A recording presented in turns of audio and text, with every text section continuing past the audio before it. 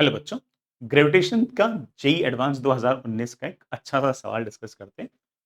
Consider spherical gaseous cloud of mass density rho r in a free space where r is the radial distance from the center।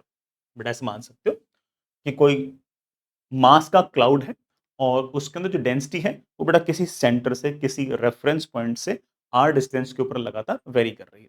For example कहने के लिए ऐसे कह सकता हूँ कि यहां से आर डिस्टेंस के ऊपर कोई ना कोई डेंसिटी होगी, मास डेंसिटी ऑफ कोर्स, और ये mass density as a function of r होगी। As a function of r होगी इस बात का मतलब बेटा ये हुआ कि अलग अलग आर पर डेंसिटी अलग अलग हो सकती है। हाँ, एक ही आर के प्रत्येक बिंदु पर रो की वैल्यू सेम है as per the question has been framed. ये रो आर लिखने का मतलब बेटा ये, ठीक है, कि जो डेंसिटी है वो रेडियली वेरी कर रही है, लेकिन किसी रेफरेंस पॉइंट से आर डिस्टेंस चाहे यहाँ चला जाओ, चाहे यहाँ चला जाओ, चाहे यहाँ चला जाओ, चाहे यहाँ चला जाओ, एक शेल टाइप अगर बन जाता है तो उस शेल के प्रत्येक बिंदु पर रो की वैल्यू सेम है।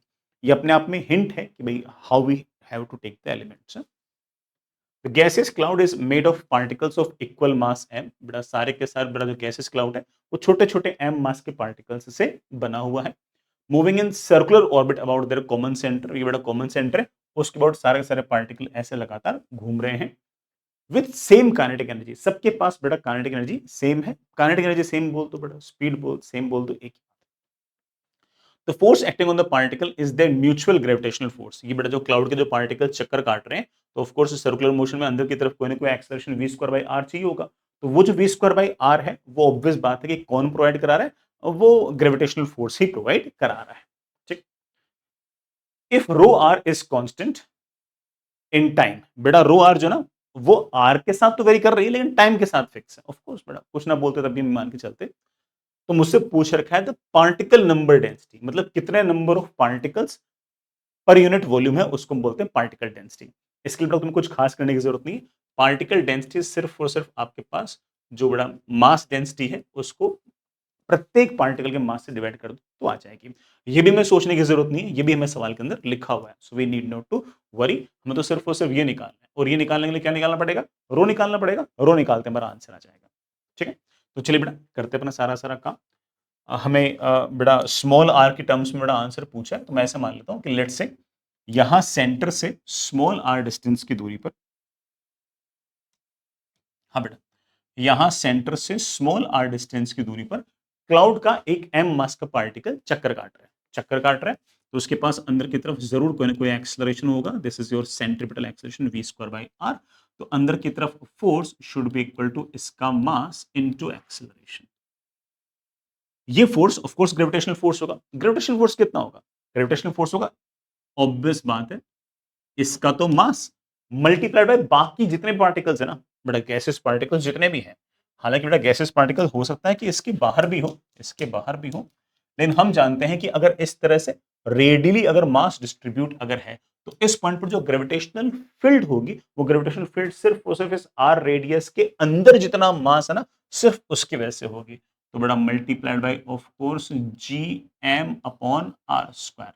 तो इस पार्टिकल पर लगने वाला जो फोर्स होगा वो होगा एम मास मल्टीप्लाइड बाय यहां पर ग्रेविटेशनल फील्ड। ये ग्रेविटेशनल फील्ड इसके बाहर वाले जो पार्टिकल्स है ना उनकी वजह से नहीं आएगी, सिर्फ और सिर्फ इस आर रेडियस के अंदर जितना मास है सिर्फ और सिर्फ उसी की वजह से आएगी। And we know it very well.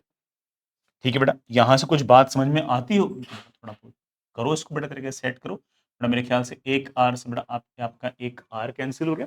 वैसे बेटा मुझे काइनेटिक एनर्जी के टर्म्स में बेटा मामला चाहिए, तो जो एम वी स्क्वायर है इसको बेटा 2k लिख दो। लिख सकते हो ना, kinetic energy is half m v square, तो एम वी स्क्वायर हो गया 2k। तो 2k इज इक्वल्स टू बेटा what, G capital M small m upon are.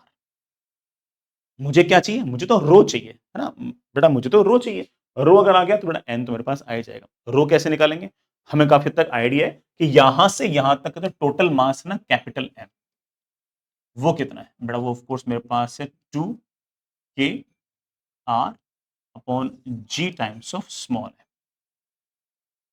बेटा मैंने सही तो लिखा ना, 2k r अपॉन बेटा 2k r upon G times of small m, ये मेरे पास है। इस m से डेंसिटी कैसे निकालते हैं, इसका हल्का फुल्का आइडिया मैं सवाल पढ़ते वक्त आपको दे चुका था कि हम क्या करेंगे। हम यहां से किसी r डिस्टेंस पे, बड़ा ये r नोटेशन के लिए ये वाला r और ये वाला r सेम होना जरूरी नहीं है।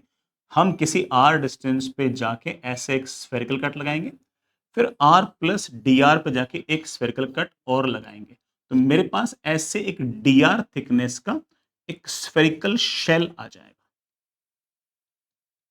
क्या आ जाएगा प्यारे बच्चों? स्फेरिकल शेल आ जाएगा और इस स्फेरिकल शेल के पास छोटा सा मास होगा dm। वो होगा कितना?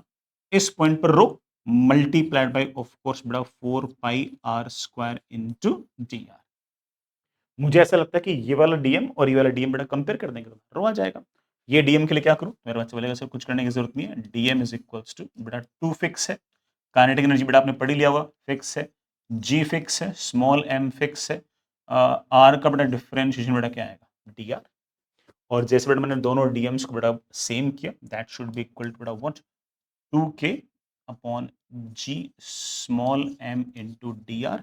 बेटा देखना क्या क्या आपके पास मामला सेट हुआ। डी आर से बेटा आपका डी आर कैंसिल, बेटा 4 से बेटा मेरे ख्याल से आपका 2 कैंसिल, रो की वैल्यू बेटा मेरे पास आ गई है आई थिंक के तो बेटा ऊपर आ जाएगा, नीचे बेटा मेरे ख्याल से आ जाएगा जी स्मॉल एम, बेटा नीचे क्या आ जाएगा?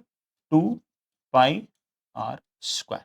लेकिन मुझे रो नहीं चाहिए, मुझे मास डेंसिटी नहीं चाहिए, नंबर ऑफ पार्टिकल डेंसिटी चाहिए। नंबर ऑफ पार्टिकल डेंसिटी होगी mass density upon individual particle का मास। बेटा याद भी रखना, कभी आगे जाए काम भी आ सकता है। ठीक है, तो मेरे पास बड़ा आराम से इसको जैसे बड़ा मैंने एम से डिवाइड किया, मेरे ख्याल से बड़ा मेरे पास आ जाएगा आंसर के upon ji.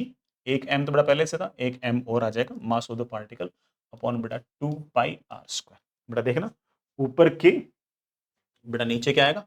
2 pi r square, 2 pi r square small m square into g. I think बेटा the answer should be d, हमारा डी आंसर आना चाहिए। इस तरह का सवाल बेटा हो सकता है कभी इलेक्ट्रो के अंदर भी पूछ लें। सबसे इंपॉर्टेंट चीज बेटा क्या है कि जब भी इस तरह से रेडियल डायरेक्शन में अगर डिस्ट्रीब्यूशन होगा तो किसी आर डिस्टेंस पर जो ग्रेविटेशनल फील्ड या फिर बेटा इलेक्ट्रिक फील्ड होगी वो सिर्फ और सिर्फ इस आर रेडियस के अंदर वाले मास और चार्ज की वजह से ही होगी। और ऑफ कोर्स बेटा that will be k q upon r square या फिर G M upon r square, depending वो इलेक्ट्रोसिटी का सवाल है या ग्रेविटेशन का सवाल है। और बड़े आराम से हमारा काम अच्छे से बन जाएगा, एम हम लिख के देंगे। ठीक है, चलिए ऐसे बड़ा और कोई सवाल करने हो तो बड़ा इसी वीडियो की प्लेलिस्ट के अंदर मैंने सारे के सारे चैप्टर्स के बड़ा पीवाईक्यूज निपटा रखे हैं, उनको यूज कीजिएगा। फिर भी किसी की जरूरत please let me know. All the best, bye.